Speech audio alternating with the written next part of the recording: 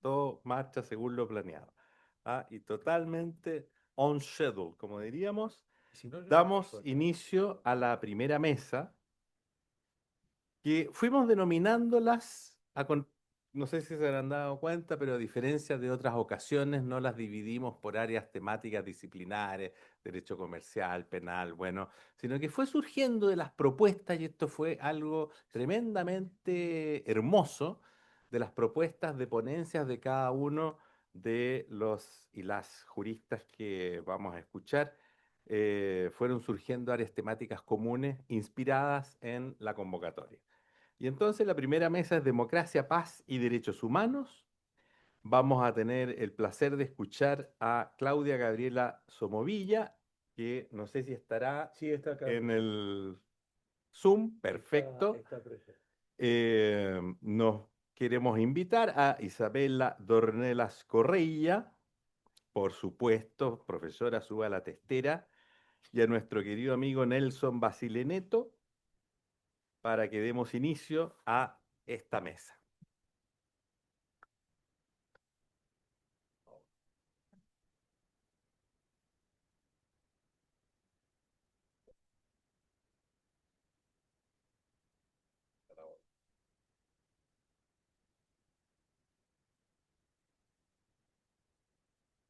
Bueno, en esta primera mesa de integración, entonces, en que vamos a hablar de democracia, paz y derechos humanos, vamos a escuchar tres ponencias a cargo de Claudia Gabriela Somovilla: Derecho, Integración y Paz, en la opinión de profesores y estudiantes, quien desde la República Argentina, vía telemática, nos va a exponer sobre el particular.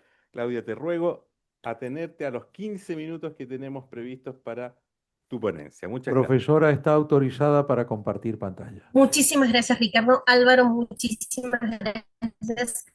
Muy buen día a todos. Ante todo, felicitaciones y gracias por la invitación, muy especialmente a Elizabeth Silva. Y con el permiso de ustedes, voy a compartir una encuesta. Entiendo que la pueden ver ahora. Eh, Mis Ahí estimados, está. resulta que, ahí está, gracias, Ricardo. El estudio de la correlación entre el derecho, los procesos de integración, ya sea de carácter regional o de carácter internacional, y la paz constituyen un ámbito de investigación de creciente relevancia en el campo de las ciencias sociales y jurídicas. Eh, lo que me propuse, lo que nos propusimos es explorar la opinión. En rigor quería saber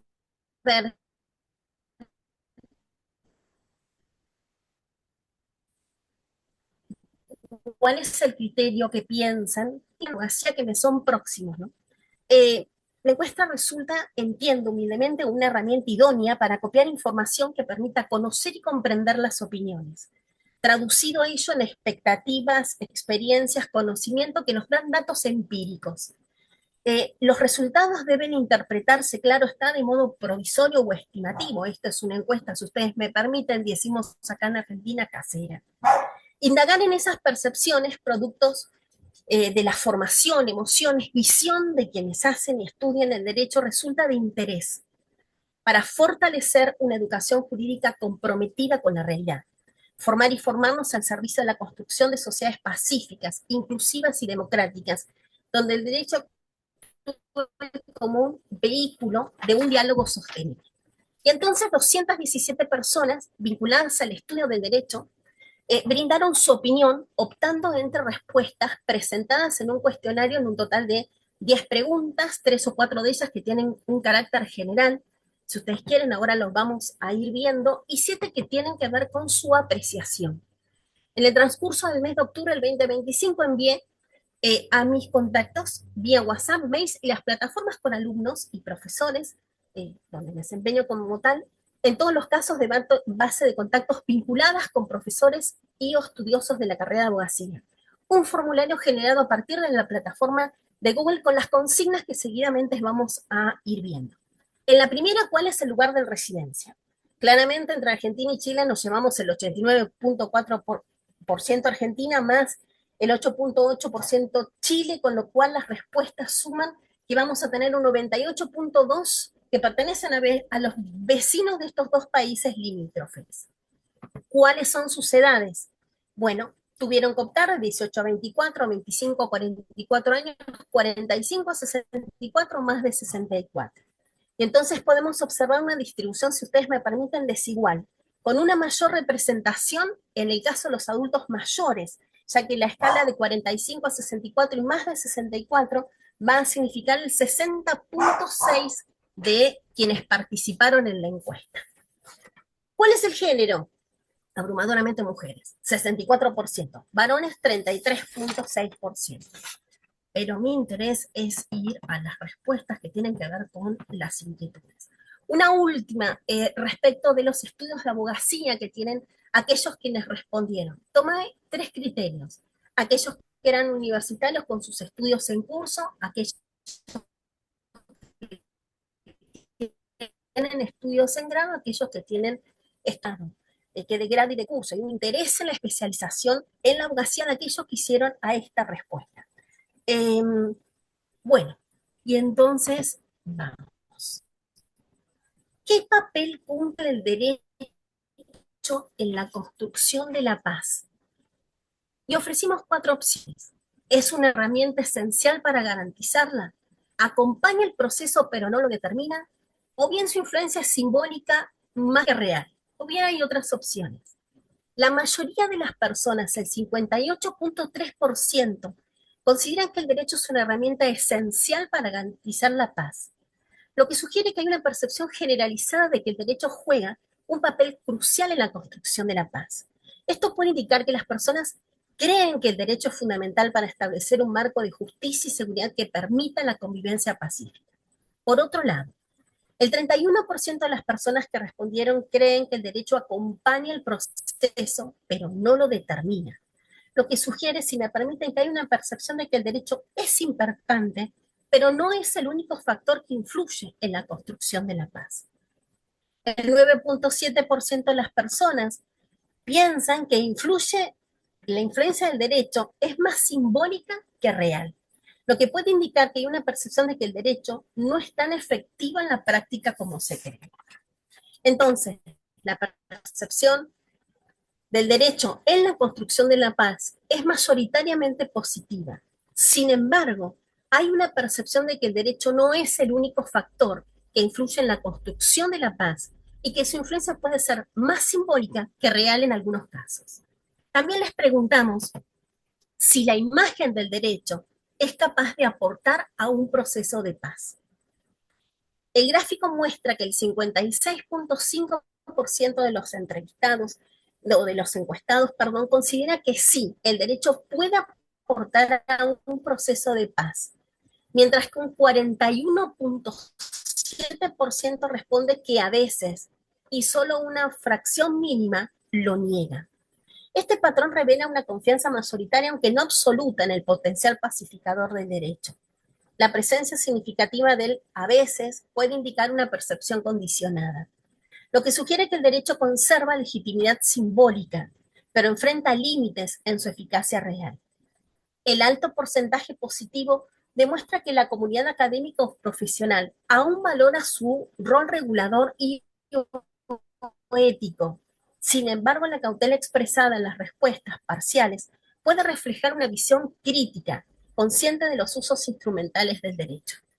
Y intentando cumplir al máximo con el tiempo dado, vamos a, ¿de qué depende la imagen del derecho?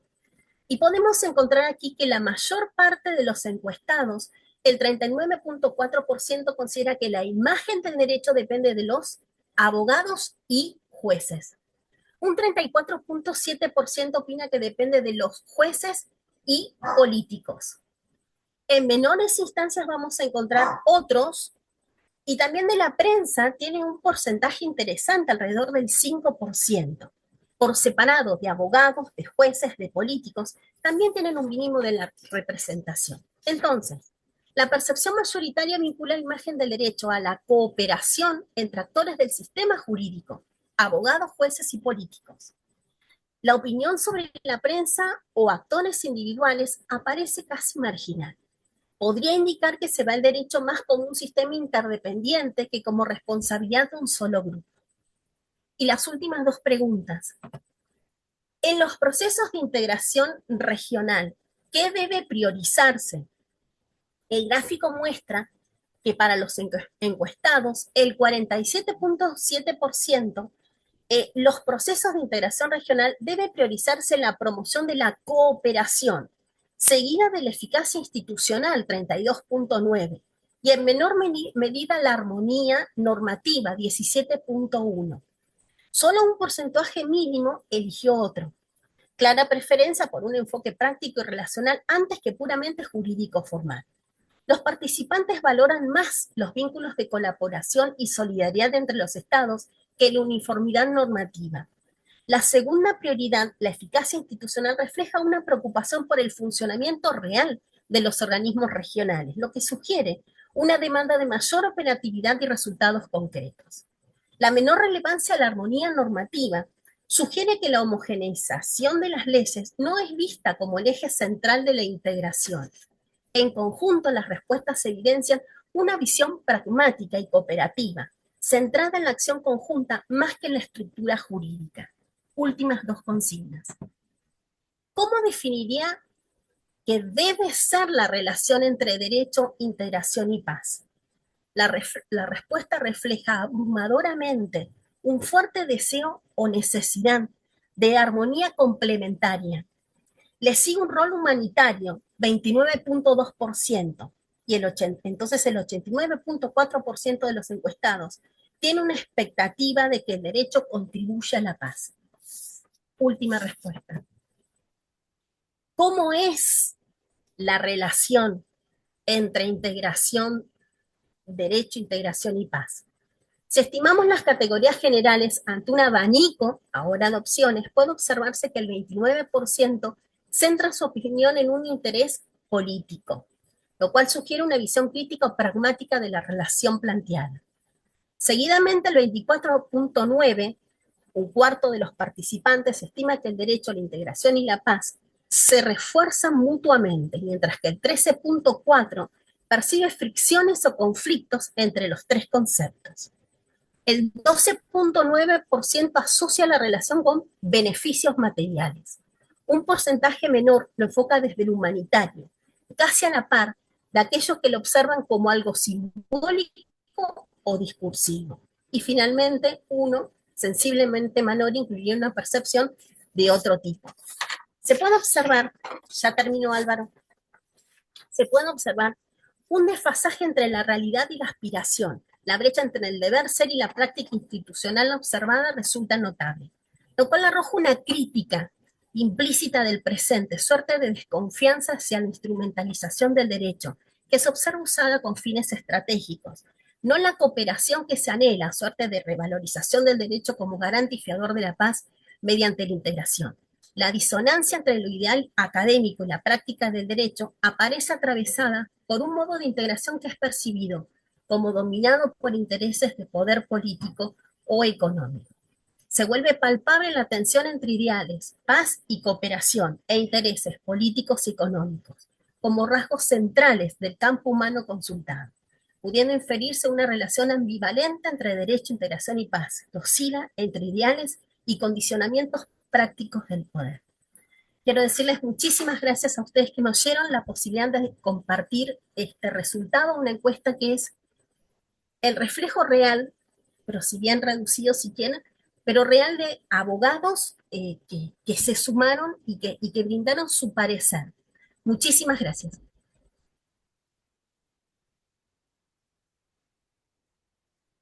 Muchísimas gracias, Claudia. Además, te felicito por el excelente dominio del tiempo, lo que nos permite avanzar con mayor holgura.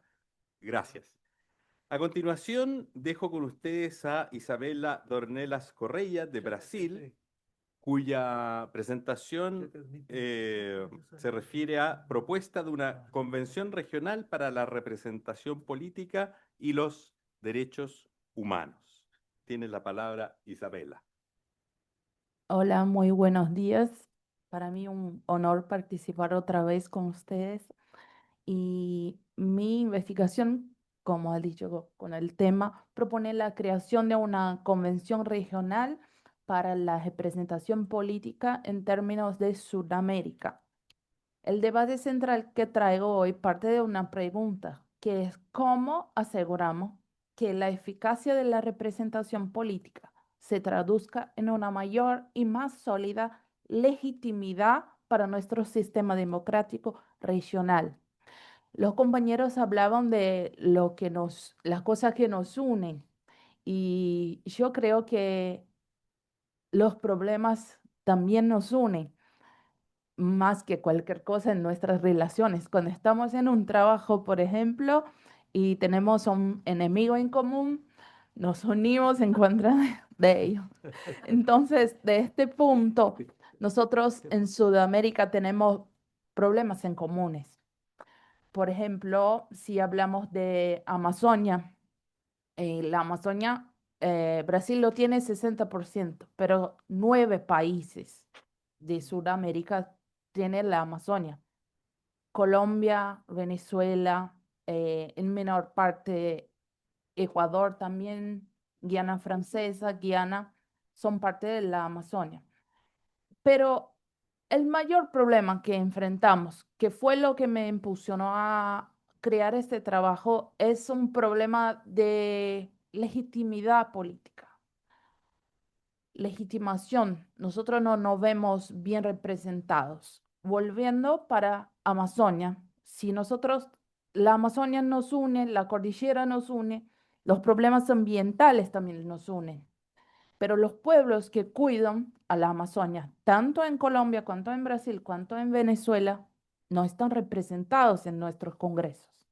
Los pueblos que viven en la cordillera, que van a ser los primeros a sufrir con el efecto del deshielo, por ejemplo, no están representados en el Congreso. Entonces, un problema en la cordillera de los Andes no es un problema exclusivo de Chile, un problema en la Amazonia de Brasil no es un problema exclusivo de Brasil. Entonces, partiendo de esa premisa y de que nosotros vivimos una paradoja a pesar de los avances formales que tenemos individualmente con algunos temas, nosotros enfrentamos una crisis profunda de confianza en nuestras instituciones. Cuando estos sectores de la población se sienten excluidos, el sistema político pierde su base de sustentación moral y jurídica, que es decir, perdemos legitimidad. ¿A quién está representado de verdad el Congreso? ¿No? Bueno, tenemos también los casos de pueblos originarios, los afrodescendientes.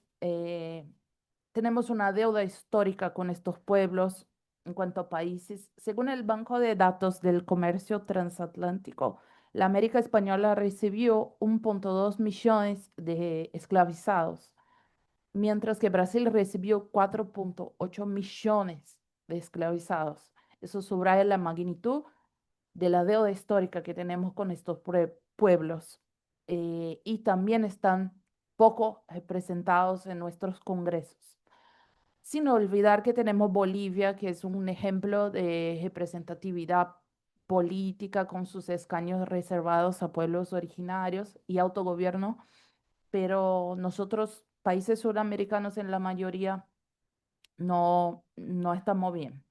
Tenemos también el problema de género, la violencia de género. La ONU en 2018 consideró Latinoamérica el país el local, perdón, más peligroso para ser mujer fuera de una zona de guerra. Entonces, feminicidios, eh, aunque Argentina ya tiene desde 91 una ley para representación política femenina y Brasil tiene su política de cuotas partidarias, no obstante, el problema no es la cuota en sí, sino su eficacia real, que no se traduce en políticas públicas. La ley existe, pero el sistema realmente protege a las mujeres y datos recientes nos dicen que no. Aparte de Chile, Chile está bien con el feminicidio, está bien no, pero en comparación con Brasil y con Honduras está mejor con el tema de feminicidio, pero Brasil y Honduras tenemos números aterrorizantes de violencia de género y tenemos víctimas secundarias, por ejemplo, los huérfanos de violencia de género. La maestra muerta, el padre en la cárcel, ¿y qué va a hacer de ese niño? ¿Cómo vas a crecer? ¿Cómo va a ser la mente? Entonces, bueno, necesitamos migrar en cuanto a países de mero cumplimiento formal de nuestras normas para una representación paritaria y efectiva. Y ante ese diagnóstico de los problemas que nos unen, tenemos mucho más, pero no alcanza el tiempo. Yo propongo una solución de integración jurídica que es la creación de una convención sudamericana que tiene como objetivo establecer estándares mínimos e vinculantes de representación política. Esto promovería la inclusión y la diversidad, que son elementos esenciales de cohesión y paz regional. La vía regional es más prometedora para superar nuestras resistencias internas de nuestros países. Si uno llega en Brasil con lo polarizado que estamos hoy, diciendo tenemos que tener cuotas para pueblos originarios, gente que vive en Amazonia, para gente que vive en comunidades quilombolas. Uno va a decir, no, eso es tema de izquierda. Otro va a decir, no, eso es tema de neoliberalismo. Y la propuesta de una creación de una convención, a ver cómo con la hora estoy marcando Está acá. muy bien. ¿Estamos Yo bien? te voy a avisar 2 minutos antes. Ok, es superar estas resistencias internas y crear un ambiente de cooperación y solidaridad jurídica internacional, pero en nuestra región también para escapar del, ¿cómo decir?, del imperialismo americano. Y mi propuesta se fundamenta en la premisa que está en el centro de nuestro debate y que resume mi tesis, que es cuanto mayor sea la participación popular en las instituciones democráticas, mayor será la confianza del ciudadano y más ineludible será la legitimidad de nuestro sistema político. La convención no es para ser un mero tratado, sino un instrumento para transformar el concepto de democracia y asegurar legitimidad participativa en el siglo XXI. ¿Y cómo empezar así una convención de la nada? Porque me parece una utopía. Yo pensé en el ámbito de Mercosur, pero ¿por qué Mercosur no es puramente económico? No. En su creación, uno de sus estándares también es la protección de los derechos humanos. Entonces, proponemos presentar una propuesta en Mercosur que sea un foro ideal, porque ya está. No vamos a crear una nueva OEA, por ejemplo, ya está. Para debatir la viabilidad y el compromiso regional de los Estados miembros y de los que participan. Un segundo paso sería crear un grupo de trabajo técnico en ese ámbito compuesto por expertos jurídicos, sociedad civil y estados participantes y después elaborar un proyecto de tratado con estándares claros y directrices de implementación para esta inclusión. Y por último, insertar en el tratado mecanismos de monitoreo y evaluación rigurosos, garantizando el cumplimiento efectivo de los compromisos asumidos. Yo creo que la integración jurídica debe ser una herramienta al servicio de la democracia.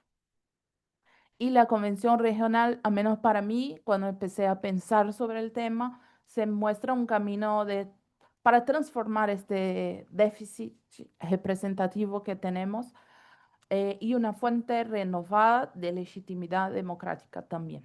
Y les invito a considerar la urgencia de la propuesta, la viabilidad en el contexto del derecho internacional y constitucional también. Empezamos a pensar sobre el tema, sobre la posibilidad de integración jurídico-política también entre nuestros países. Eh, y ahora, sin seguir mi jotero que yo preparé, algunas cosas que me puse a pensar para crear este trabajo porque todavía me alcanza. Entonces, es que, ¿por qué representación política? Ya tenemos, por ejemplo, en Brasil tenemos una ley de protección a las mujeres. No basta para los países copiar una ley que anda bien. Eh, ¿Por qué no copiamos el ejemplo de Bolivia? Porque hace falta algo que viene de afuera, como yo había dicho, de las resistencias internas que tenemos. Brasil, por ejemplo, la ley que tenemos de en contra de violencia de género fue fruto de una condena por la Corte Interamericana de Derechos Humanos. Por eso nació, no fue fruto de una cooperación jurídica y todo. Entonces, por eso empecé a pensar de algo desde afuera y ahí cambia el gobierno. Eso es un tema para ser construido par de años. Sabemos que no va a ser en 3 años que uno va a pasar, pero en este tiempo, en cuanto se trabaja en el Mercosur, cambia el gobierno, entra otro, tenemos los cambios naturales en la política, pero el compromiso se mantiene, porque ya empezó el grupo de trabajo, la cosa ya empezó a nacer. Entonces, muchas gracias por su tiempo, por escucharme, la gente que está por internet. Mil gracias, solo eso. Muchas gracias, Isabela. Muito obrigado, você. De nada. A continuación vamos a escuchar la ponencia, igual de interesante que las otras dos que hemos escuchado en torno a la integración, la democracia, la paz y los derechos humanos, intitulada Integridad, Paz y Democracia, la justicia como guardiana en juicios por crímenes de abolición del Estado de Derecho, a cargo de Nelson Basile Neto. Nelson, tienes la palabra. Gracias, Álvaro. Buen día a todas las personas una vez más. Un honor otra vez me encontrar acá en Chile en ese 7º encuentro de la UCAIJ, que tiene hoy como eje central una Sudamérica comprometida con la paz respetuosa, que creo que todos nosotros buscamos aquí. Seguro que ustedes acompañaron hace algunos meses 2 juicios importantes en Brasil contra el expresidente Bolsonaro. Un juicio que lo tornó inelegible y un juicio que lo condenó penalmente y justo anteayer lo puso en cárcel. Así, mi idea con esa ponencia es analizar la actuación del Poder Judicial brasileño, específicamente en esos 2 juicios, bajo la óptica de la defensa de la paz y de la necesidad de integración judicial en América Latina. Así, yo parto de la premisa de Johan Galtung de que la paz no es solo la ausencia de conflictos, sino la presencia de justicia, de instituciones fuertes y la erradicación de las violencias estructurales, las violencias culturales, que es lo que llamamos de paz positiva. Yo intento entonces demostrar cómo la aplicación de esa democracia defensiva por las Cortes Superiores brasileñas fortalece el Estado democrático del derecho. Creo que la respuesta judicial a esses intentos de ruptura institucional em Brasil vai servir como um paradigma para a integração regional. Vai reforçar as cláusulas democráticas desse sistema interamericano e consolidar a jurisdição como uma última guardiana da estabilidade política e dos direitos humanos em nossa região. Vivemos hoje, e falávamos há pouco acá com Verônica e com Elizabeth, um mundo muito polarizado politicamente. Já há uns anos que vivimos uma guerra entre direita e esquerda, nos outros eixos, e isso se tornam grandes catalisadores de crises nacionais e regionais em todo o mundo. Assim que, para começar, Ricardo, se queres passar, por favor? Já estou falando e me olvidei de tudo isso. Para começar, sempre que trato desse tema, ou de temas similares, me gusta deixar muito claro que estamos tratando de hechos ocorridos, de decisões, de juízos, de leis que estão postas, e não de lados políticos ou nada assim. E como já falamos hoje mais temprano sobre ditaduras em nossa região, sabemos que todos os nossos países sofreram com esse problema, o que nos levaria a crer que nossos militares são muito buenos em golpe de Estado. Pero a história nos mostra, graças a Deus, que não são tão buenos. Ou seguiríamos bajo uma ditadura, ou os novos golpes teriam êxito. Pero é um hecho que durante todo el periodo que el Cono Sur sufrió con dictaduras, y aquí por razones obvias destaco, gracias, por razones obvias destaco Argentina, Brasil e Chile, né? A Brasil de 64 a 85, Chile de 73 a 90 e Argentina 76 a 83. Eu creio que quando se termina, a Argentina trilha um caminho um pouco mais correto. Com a redemocratização, realizou o histórico juízo de las juntas em 85, que condenou os líderes do régimen. Aunque tuvimos depois leis de impunidade que foram aprovadas bajo pressão militar, essas foram anuladas em los 2000 e se permitiu a reapertura massiva dos processos de prisões de cientos de militares. Em Chile, a ditadura de Pinochet se buscou blindar com um decreto de autoamnistia e com a Constituição.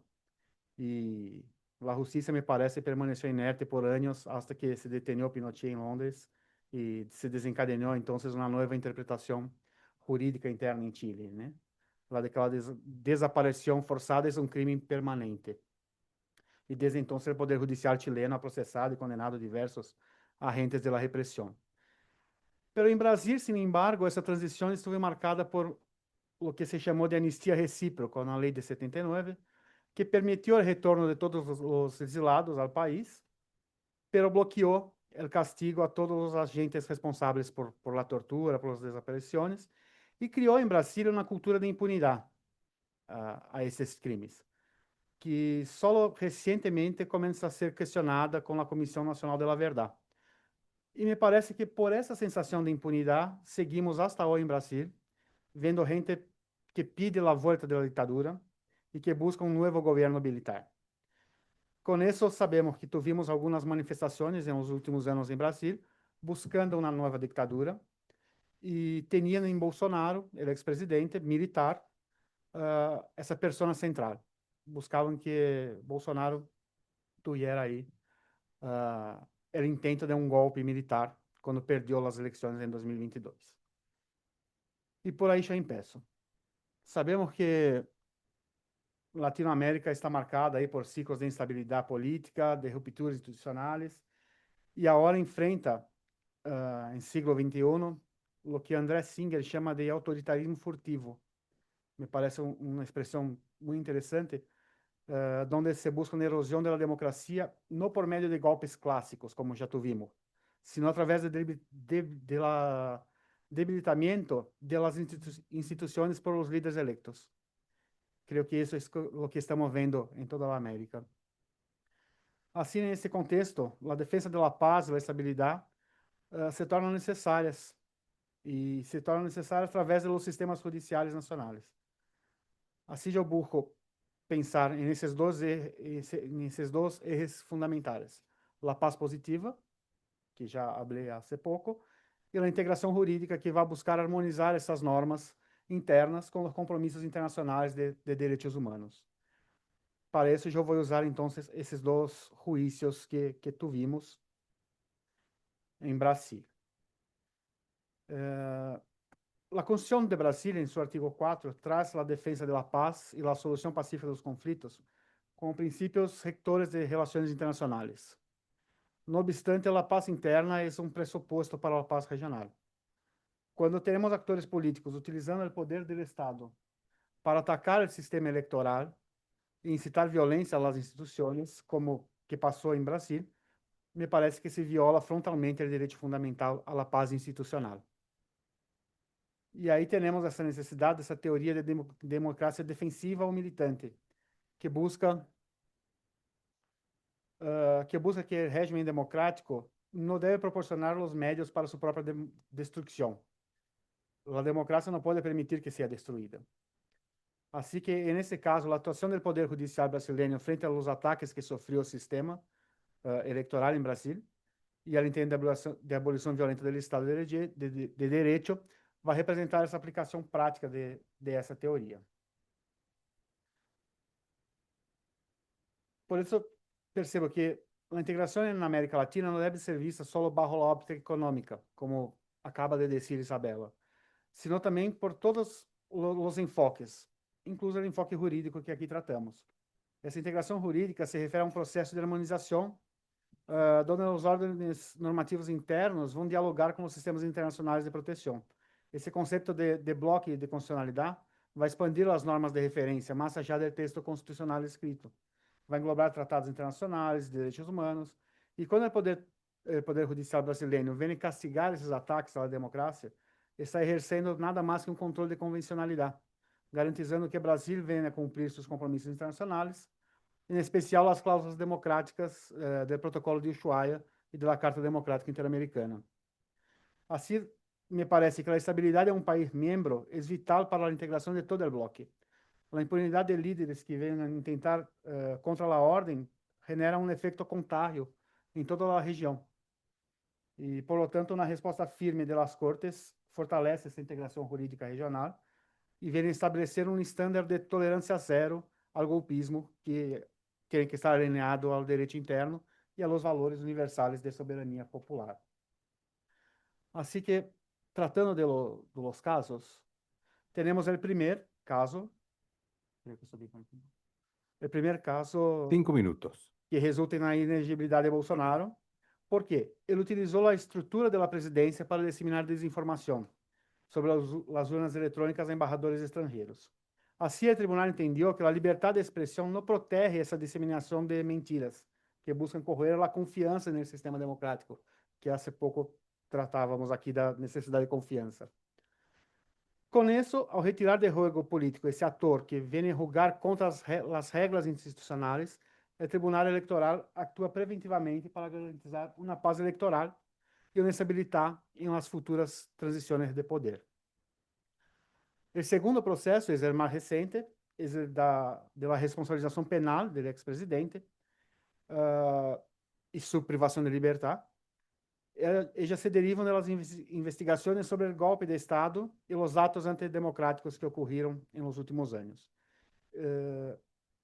Quais foram seus crimes? Intento de abolição violenta do Estado Democrático de Direito e golpe de Estado. Assim, me parece que essa prisão não vem como uma vingança, senão uma reafirmação da vigência da norma. Deixar impune um chefe de Estado que intenta um golpe vai generar uma violência estrutural que pode corroer a fé pública em la justiça. E, además, a responsabilização desses autócratas é uma exigência dos direitos humanos de dimensão coletiva. A sociedade tem o direito de não ser governada por quem usa a força contra a sua Constituição. Assim, creio que essa experiência brasileira nos traz lições cruciais para toda a América, que nossa região que vem frequentemente assombrada por populismos autoritários e que necessita de mecanismos supranacionais de mais força democrática. Me parece necessário, como dizia agora há pouco Isabela, que uma uniformização da resposta judicial. As cortes constitucionais latino-americanas necessitam dialogar mais, criar uma jurisprudência comum de defesa da democracia. Esse caso, Bolsonaro pode servir como um precedente muito grande para isso. Temos que fortalecer as cláusulas democráticas. Essa integração regional há que evolucionar para suspender países membros que intentem essa ruptura democrática, que se acompanhem com sanções jurídicas, com sanções diplomáticas, para prevenir novos intentos de regimes autoritários. E eu creio que a paz em toda a nossa região depende dessa solidariedade entre as nações. Eu creio que essa integração, essa solidariedade é necessária. Quando o Brasil castiga o golpismo, está exportando essa estabilidade. E essa integração deve vir como um escudo de todos os nossos países. E um ataque à democracia em um país deve ser sentido por todos os outros. Todos devemos estar unidos. Me parece assim que seguimos hacia uma única conclusão e que nosso amigo Ricardo já nos aponta há tempo. Não há paz sem direito. Não há paz duradeira sem justiça e não há integração regional forte sem democracias que se consolidem internamente. O juízo e a condena de Bolsonaro, eu creio que não podem ser leídos como um episódio de política partidária local, senão como um marco jurídico de defesa da paz em nossa região. Não só a paz sem conflito, senão a paz positiva. Assim, creio que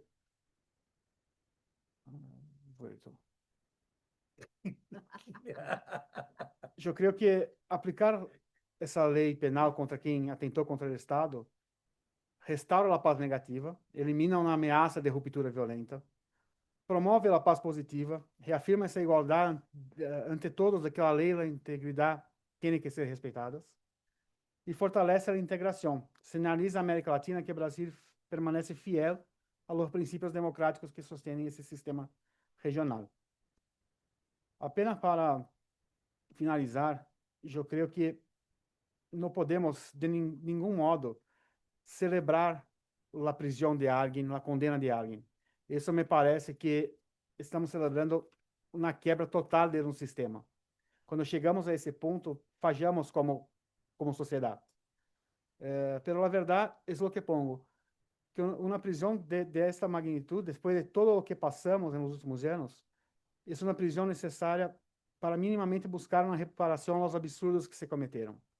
É uma prisão por todos os mortos na pandemia, por todos os LGBTQIA+, que foram perseguidos, por todas as mulheres que não foram respeitadas, por o povo negro, quilombola, indígena, por la miséria, por tudo o que passamos, por el irrespeito à verdade, por la negação da ciência e por la desacreditação da educação. Eu creio que, em última análise, é uma prisão que vem por respeito à democracia. Así que muchas gracias.